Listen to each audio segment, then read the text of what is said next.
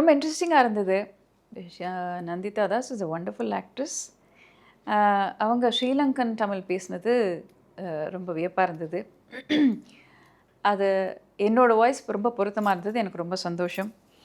நிறைய பேர் அதில் பேசி பொருந்தலை, அமையலை.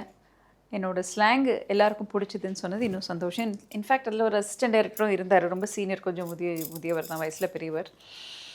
அப்போ அவர்கிட்ட தான் கேட்டேன் நான், இது நீங்கள் சில விஷயங்கள்லாம் எங்கள் அசிஸ்டன்ட் டைரக்டர்ஸ் மனசை மாற்றி உங்களை கம்பல் பண்ணி மாற்றிட்டாங்களேன்னு ஸ்கூல்லுன்னு சிரிச்சிட்டாரு. ஸோ அந்த மாதிரி சந்தோஷமான நிகழ்வு. ஒரு டப்பிங்னா நம்ம டயலாக் பார்த்தோம் பேசினோம் அப்படின்னு இல்லாமல் அங்கே கூட ரொம்ப சகஜமாக சுவாரஸ்யமாக பேசின அனுபவங்கள்லாம் இருக்குது.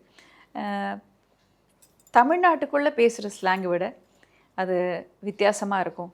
அதனால் எனக்கு ரொம்ப பிடிச்சிது. ஏன்னா நான் ஒரு வாட்டி ஃப்ரான்ஸுக்கு என்னை சீஃப் கெஸ்ட்டாக கூப்பிட்ருந்தாங்க, மச் ஏர்லியர்.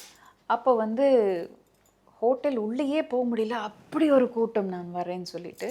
ஸோ அதால் ஒரு அரை மணி நேரம் காரில் வெயிட் பண்ணி பார்த்தோம். இதுக்கு மேலே தாங்காத, ஹோட்டலுக்கு போக முடியாது, நீங்கள் எங்கள் வீட்டுக்கு வந்துடுங்க அப்படின்னு சொல்லி கூப்பிட்டாங்க. நீங்கள் ஒரு 2 hours வெயிட் பண்ணுவோம். அவங்கெல்லாம் போனதுக்கப்புறம் நாளைக்கு ஃபங்க்ஷனில் மீட் பண்ணிக்கிட்டா இட்ஸ் ஓகே. அப்போ தான் ஏர்போர்ட்லேருந்து வந்திருக்கோம்.